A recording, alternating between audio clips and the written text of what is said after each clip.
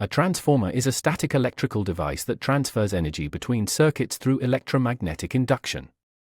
It consists of a primary coil, a secondary coil, and a common ferromagnetic core. The process begins when an alternating current flows through the primary coil, creating a varying magnetic field. This changing magnetic flux travels through the core and penetrates the secondary coil. According to Faraday's law, the changing flux induces an electromotive force, or voltage, in the secondary coil. This allows electricity to be transferred without any direct electrical connection between the two circuits. The ratio of the primary to secondary voltage is equal to the ratio of the number of turns in each coil. If the secondary has more turns than the primary, the voltage increases, creating a step-up transformer. In real-world applications, energy is lost as heat. Copper loss occurs because the wires have electrical resistance. As current flows, some energy is dissipated as heat, following the I²R power law. Eddy currents are small circulating currents induced within the solid iron core itself by the changing magnetic field. These currents flow in closed loops and generate unwanted heat inside the core.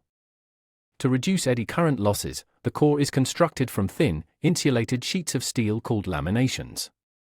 This breaks the large current loops into much smaller paths, significantly increasing resistance and reducing heat. Hysteresis loss occurs due to the friction of magnetic domains as they reorient with every AC cycle. Using high-grade silicon steel helps minimize this energy loss by making the core easier to magnetize and demagnetize. Flux leakage happens when not all the magnetic field lines produced by the primary coil pass through the secondary coil. This results in a slight reduction in the overall efficiency of the energy transfer. Efficiency is the ratio of output power to input power. While modern transformers are highly efficient, reaching over 95%, engineers must manage all four types of losses to maximize performance. To summarize, we use mutual induction to change voltage levels.